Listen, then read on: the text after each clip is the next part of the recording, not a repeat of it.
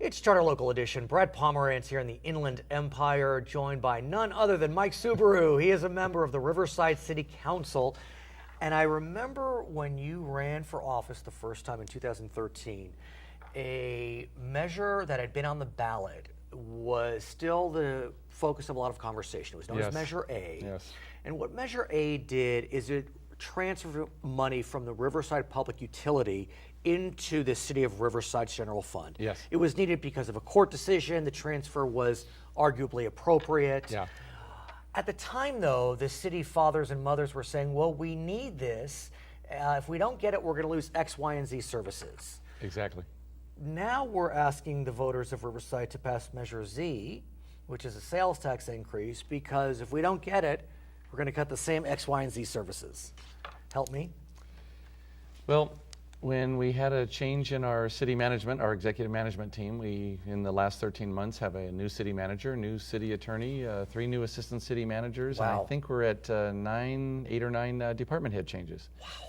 And out of that, we found out, when we trued up our financial status, we found out that we not only did not have a $1 million surplus, but we were an $8.5 million budget deficit. That's a difference of $9 million. How did that happen, sir? Good question. There's a number of residents that were, calling for certain audits and saying, hey, I don't think some of the money's there. I don't know how they figured that out unless they were just looking at, numbers and things in general. Goofy accounting? Was it malfeasance? I mean, what was going on here? Some might say it's malfeasance. I know that city staff has looked at it, and had there been anything that was done illegal, they would have turned it over to the district attorney's office, and they didn't find that. What they found is that the previous administration kind of overestimated a lot of the projections of the money that was coming in, and maybe downplayed some of the money going out. At the same time, they were using some of the property sales that were the higher, the cherries, so to speak, of redevelopment. Maybe a $2 million property would come to fruition, and get sold, or a $3 million, or a 1 point whatever. 1.8. Exactly. Now we're down to the $20,000 small little piece of properties that people aren't really interested in.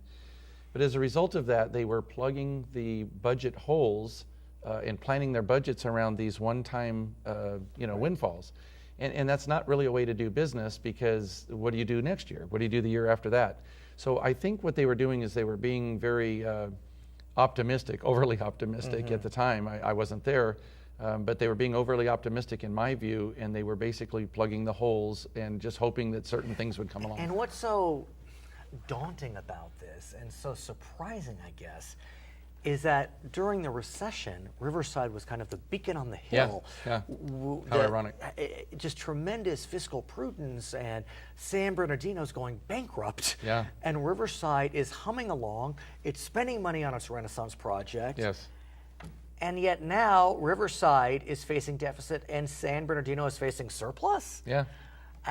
It's got to be a little frustrating for you. Well, it might just be that ours was somewhat delayed. It was propped up with the redevelopment. That was 30 years worth of projects, replacement of big buildings and things, fire department building that was, falling apart in 5 years. But what's also surprising, though, is, okay, so there was some funny accounting, maybe so, one-time fixes, maybe so.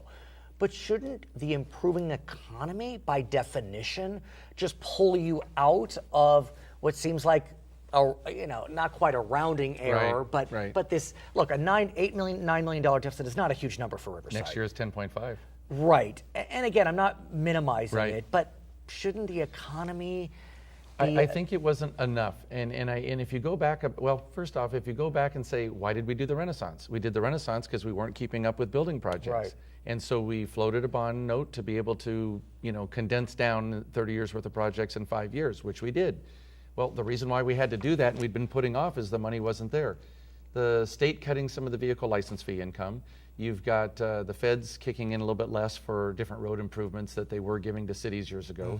And look at the state. They passed their measure, their Proposition 30, because they were running out of funds, because the funds just weren't coming in. Sales tax increase. So really what it did is it just kind of pushed it on down to the cities, where they started cutting a lot, and just, you start adding in less funding coming into the city, and the tax rolls as far as property tax, starts coming back up a little bit as the economy picked up. Right. That helped, but I just don't think it was enough. And as I understand it, cities don't get that much from property tax. Don't. It's really more of a county issue. Right.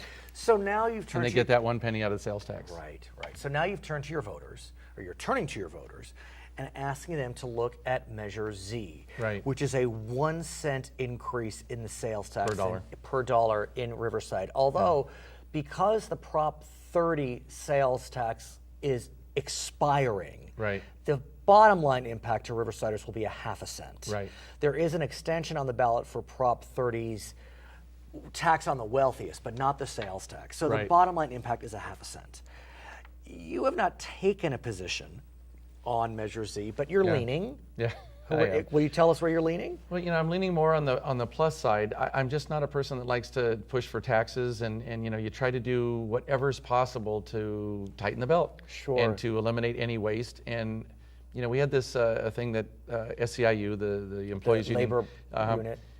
did recently. It was a couple days ago, and it was walk in our shoes. And we did it last year for the first time. And basically, the council members and some of the managers will ride along with some of the different employees, some of the rank and file. Police officers go to the dispatch center Where for did you police. go? I went with a man that basically puts up all the traffic signs in Riverside. There's How 2 people, interesting. and they split the city in half. And he also does work in the summertime on asphalt repair and patching and things like So that, what because did they you don't learn normally from do much that? in the wintertime. What did you learn from that? Well, driving around the corporate yard and getting the tour, I saw a lot of trucks that are being cannibalized because they can't afford another truck, so they dwindle it down to one, let's say, and cannibalize parts off of another one that's not serviceable until it becomes so parted out that they just basically haul off the carcass, so to speak. He is one of what used to be 3 doing some of this. So there's a lot of jobs that are combined, and there is, and from everything I'm looking at, there's not a lot of fat here. I understand. And so when you look at shrinking the government down to where anymore you're going to see less and less services. In other words, somebody calls in on a pothole. Somebody might say, well, I don't care if it gets repaved in 3 days. Well, it depends on the size of the pothole. But instead of a day, instead of 3 days, it's going to be 5, 6, 7. And like you Tree said, trimming. the state isn't giving as much money. They're in special session on Yes. transportation. As far as we know, no money's coming down. Yes. The gas tax is not bringing in as much revenue. I And guess there's another dynamic, too, not to interrupt, but there's another dynamic. The state of California is not known for being as business friendly as some other states. We're losing business to other states oftentimes. Even in the IE? Somewhat, but remember, those same state regulations, the city has to abide by them. Now, we may have our own things that we add on above and beyond that we need to cut those back to make us as business friendly as possible. But if we're living in the state of California, as Riverside does, we are, in a sense, stuck with some of those things that are driving businesses out of state. Right. So we have that working against us, too, at the same time. So in the final analysis, if Measure Z passes, will the revenue simply plug the hole in the deficit or provide additional services? Because look, if I don't live in Riverside, if I were voting, I would hope that Measure Z would not just plug a hole, but provide additional services. What the plan is, should it pass, is to take care of some of our debt load.